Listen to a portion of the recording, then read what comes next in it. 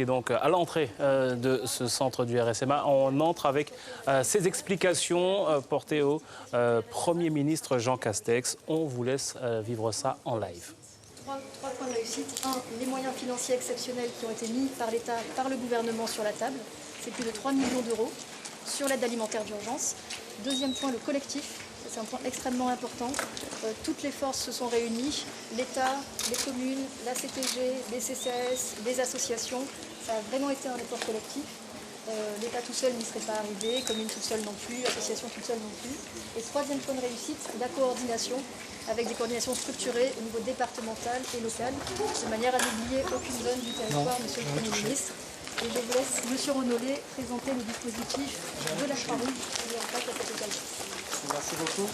Une présentation du dispositif qui a été revue pour la crise, la plateforme alimentaire en Guyane, vu le rôle de la BAN, qui n'est pas présent sur le territoire. Une Croix-Rouge puissante développée ici. On a un grand nombre d'actions. Le premier, c'est la santé, ici sur des centres de prévention santé, la lutte anti-tuberculose, le Cégide et la vaccination. On a également tout un aspect de formation, mais aussi l'hébergement, l'accueil des demandeurs d'asile, donc PADA, IDA et autres dispositifs. Spécifiquement pour la crise, on a augmenté, sur une plateforme alimentaire qui est normalement en lien direct avec ses partenaires. Là, on a créé des sous-stocks à Cayenne, à Saint-Laurent, alors un peu différent à Kourou, mais qui est quand même existant. Et derrière, c'est une coordination communale qui s'est mise en route, permettant de regrouper les différents acteurs de chaque territoire, permettant derrière de faire la distribution.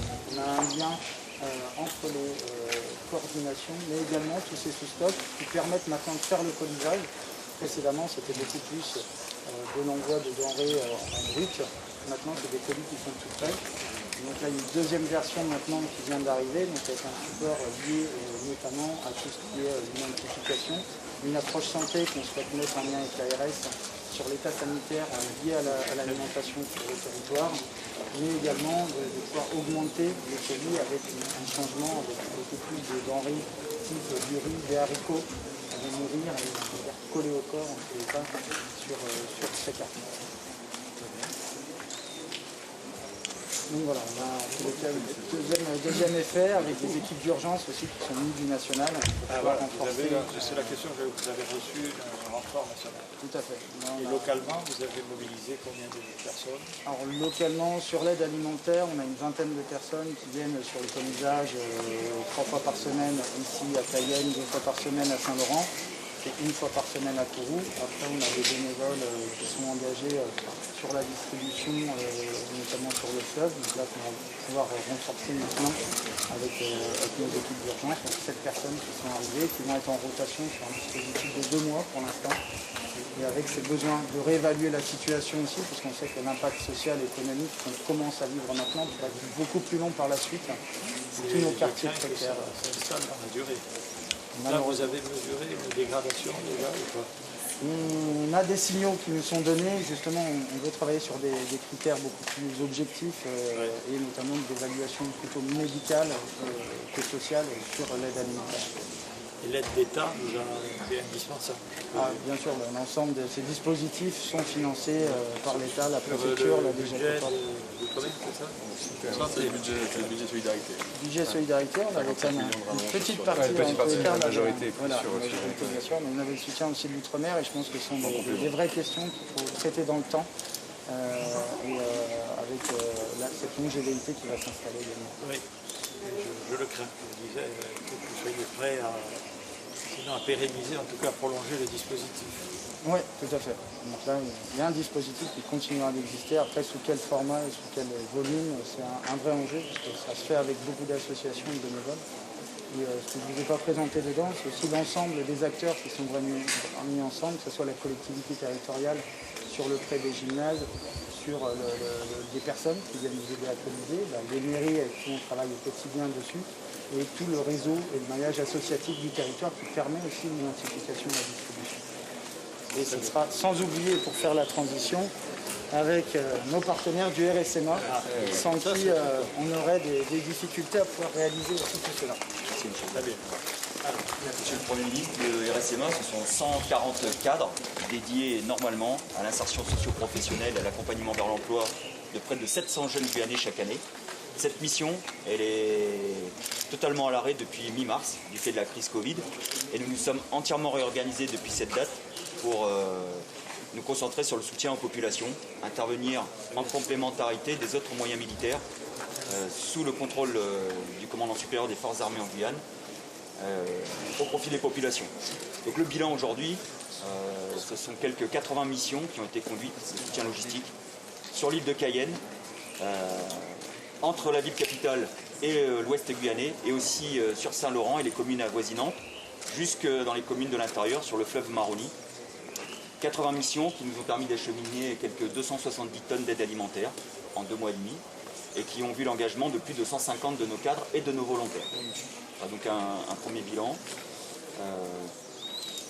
qui fait honneur à nos jeunes volontaires, puisque ces jeunes volontaires issus de tous les horizons de la Guyane ont tous participé très activement à ces missions et sont présents comme de vrais professionnels. La plateforme alimentaire est un des points d'orgue de notre soutien logistique que nous apportons sur le pilier logistique de l'opération Résilience en tant qu'unité militaire, puisque nous avons mis à disposition cette plateforme avancée pour permettre à la Croix-Rouge d'être plus efficace encore dans son soutien apporté aux populations de l'île de Cayenne. Très bien. Voilà, monsieur le Premier ministre. Ça, c'est clair. Et là, la bascule s'est faite tout de suite. Là, pour les Nous avons cette réversibilité. En 15 jours, nous nous sommes totalement réorganisés. 15 jours. Sur un préavis de 3 heures, nous avons renvoyé 400 jeunes dans leur foyer dès que la crise a éclaté. Et dans les jours qui ont suivi, nous étions en mesure de remplir ces missions. Donc ça nous a conduit fin mars, début mai à réaliser les premières missions sur demande de concours. Et depuis, nous réalisons des missions toutes les semaines. Bravo. Ah ouais, vraiment. Et certains jeunes ont participé à cette mission. Oui, bien. Monsieur le ministre, je le soulignais, nos jeunes sont exemplaires dans la crise. Donc ils seront 14 juillet. Voilà, Et effectivement, comme vous le savez, ils seront présents à la Concorde demain. Ils n'ont pas profité de l'arrêt, ils se sont réengagés de notre manière. Tout à fait, monsieur le Premier ministre. Monsieur le Premier ministre, bonjour. Monsieur Marcel, le dépôt de la ville de Cayenne. Je vais rapidement vous présenter l'activité que nous avons menée depuis le début de la crise.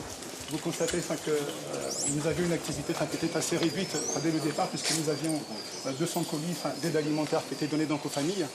Et très rapidement, en fait, ces chiffres ont explosé. Donc en passant de 200 à presque 4000 chiffres, 4000 colis par mois. L'équipe de CIF est une équipe qui est constituée de 30 personnes. Avec la crise, nous avons réduit l'effectif, nous sommes passés à une quinzaine d'agents. Donc il a fallu très rapidement pouvoir également répondre aux demandes qui nous étaient adressées par les différents partenaires. Donc nous nous sommes réunis dans une coordination communale où on a regroupé des institutions locales, donc la CACL, la CTG, mais également des institutions privées, donc les Médecins du Monde, la Croix-Rouge, qui du coup nous ont permis ensemble de mettre en place une organisation à destination des populations de la ville de Cayenne. Cette organisation a permis en fait de recenser les différents sites d'habitation spontanée, mais également des sites où des populations étaient vraiment dans le besoin, et de mettre en place 6 sites de distribution d'aide alimentaire d'urgence. L'invitation des populations était faite par des SMS, donc on pouvait accueillir 35 personnes par heure, et sur un site nous étions pratiquement à 350 personnes, de 350 à 700 personnes par jour en termes de réception.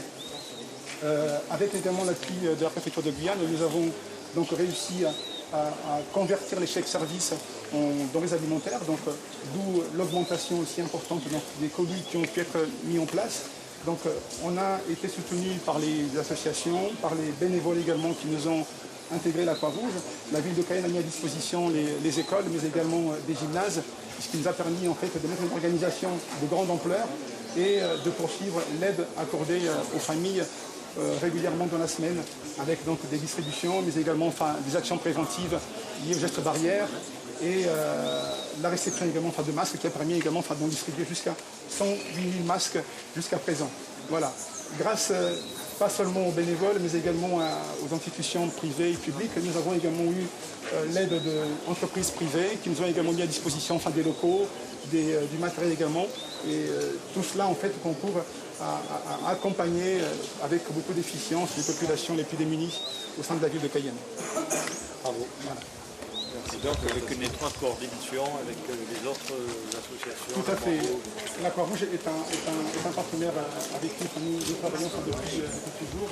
Et les colis que nous avons en partie contiennent également de la Croix-Rouge.